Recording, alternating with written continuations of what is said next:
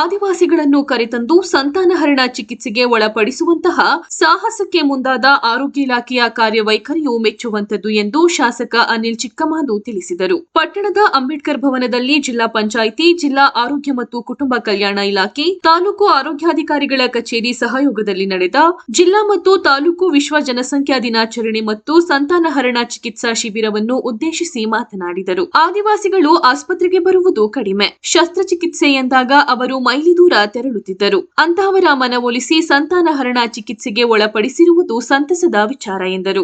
ಸ್ವಯಂಪ್ರೇರಿತವಾಗಿ ಬಂದು ಚಿಕಿತ್ಸೆಯನ್ನು ಮಾಡಿಸಿದ್ದಾರೆ. ಅವ್ರಿಗೂ ಕೂಡ ಧನ್ಯವಾದಗಳನ್ನ ನಾನು ತಿಳಿಸಿ, ತಮ್ಮೆಲ್ಲರಿಗೂ ಕೂಡ ಈ ಸಂದರ್ಭದಲ್ಲಿ ಮಾನ್ಯ ಆರೋಗ್ಯ ಸಚಿವರಾಗಿರ್ತಕ್ಕಂಥ ದಿನೇಶ್ ಗುಂಡೂರಾವ್ ಸಾಹೇಬರಿಗೆ ಹಲವಾರು ಬಾರಿ ನಮ್ಮ ತಾಲೂಕಿನ ಹಲವಾರು ಸಮಸ್ಯೆ ಬಗ್ಗೆ ಮಾತಾಡಿದ್ದೀನಿ. ಮಾನ್ಯ ಮುಖ್ಯಮಂತ್ರಿಗಳಿಗೂ ಕೂಡ ಮನವಿ ಮಾಡಿದ್ದೀನಿ. ತಾವು ನಮ್ಮ ಡಿಸ್ಟ್ರಿಕ್ಟ್ ಆಫೀಸರ್ ಕುಮಾರ್ ಸರ್ಗೂ ಕೂಡ ನಾನು ಹಲವಾರು ಬಾರಿ ನಮ್ಮ ತಾಲೂಕಿನ ಬಗ್ಗೆ ಚರ್ಚೆ ಮಾಡಿದ್ದೀನಿ.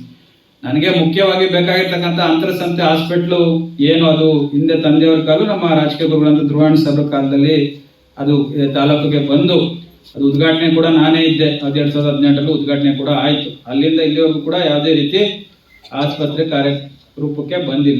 ಜಿಲ್ಲಾ ಆರೋಗ್ಯ ಮತ್ತು ಕುಟುಂಬ ಕಲ್ಯಾಣಾಧಿಕಾರಿ ಕುಮಾರಸ್ವಾಮಿ ಮಾತನಾಡಿ, ತಾಲೂಕಿನಲ್ಲಿ 60 ಮಂದಿ ಆದಿವಾಸಿಗಳಿಗೆ ಸಂತಾನಹರಣ ಚಿಕಿತ್ಸೆಯ ಶಿಬಿರ ಮಾಡುತ್ತಿರುವುದು ರಾಜ್ಯದಲ್ಲಿಯೇ ಇದೇ ಮೊದಲ ಪ್ರಯತ್ನವಾಗಿದೆ ಎಂದು ತಿಳಿಸಿದರು. 15 ವರ್ಷ ಮೇಲ್ಪಟ್ಟ 49 ವರ್ಷ ಒಳಪಟ್ಟ ಫಲಾನುಭವಿಗಳನ್ನು ಗುರುತಿಸಿ ಈ ಶಿಬಿರವನ್ನು ಮಾಡಲಾಗುತ್ತಿದೆ. ಸಂತಾನಹರಣ ಮಾಡದೇ ಇದ್ದಲ್ಲಿ ದೇಶದಲ್ಲಿ ಈಗಿರುವ ಜನಸಂಖ್ಯೆಗೆ ಹೋಲಿಕೆ ಮಾಡಿದರೆ ದುಪ್ಪಟ್ಟಾಗುವ ಸಾಧ್ಯತೆಗಳು ಇರುತ್ತಿತ್ತು ಎಂದರು. ಸುಮಾರು 60 ಜನಕ್ಕೆ ನಾವೇನು ಟ್ಯುಬೆಕ್ಟಮಿ ಕ್ಯಾಂಪನ್ನು ಹಮ್ಮಿಕೊಂಡಿದ್ದೀವಿ.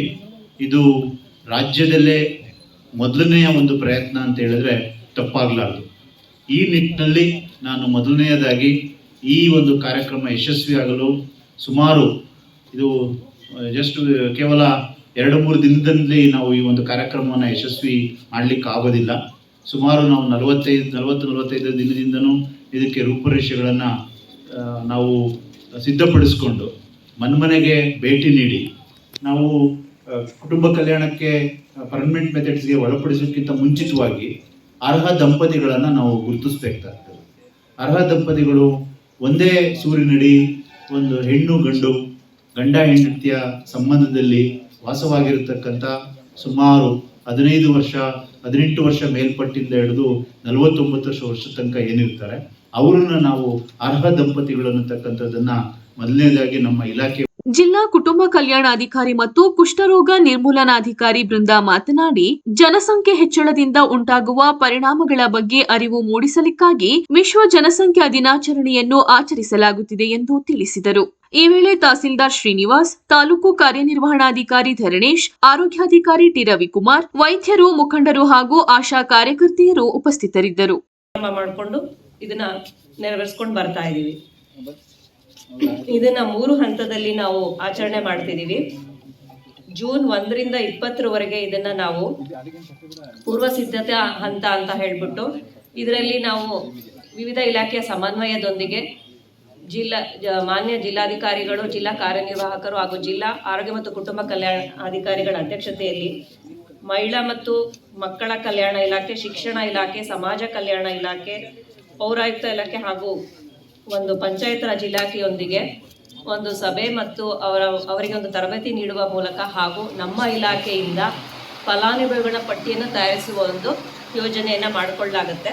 ಮತ್ತು ಜೂನ್ 27ರಿಂದ ಜುಲೈ 10ರವರೆಗೆ ನಾವು ಸಮುದಾಯ ಜಾಗೃತೀಕರಣ ಪಾಕ್ಷಿಕ ಅಂತ ಹೇಳಿ ಸಮುದಾಯದಲ್ಲಿ ವಿವಿಧ ಇಲಾಖೆಯೊಂದಿಗೆ ಏನು ನಾವು ವ್ಯಾಟಿಕಾನ್ ಸಿಟಿ ಅಂತ ಕರಿತೀವಿ, ಅದರಲ್ಲಿ ಬರೀ 725 ಜನ ಮಾತ್ರ ಇರ್ತಕ್ಕಂಥದ್ದು.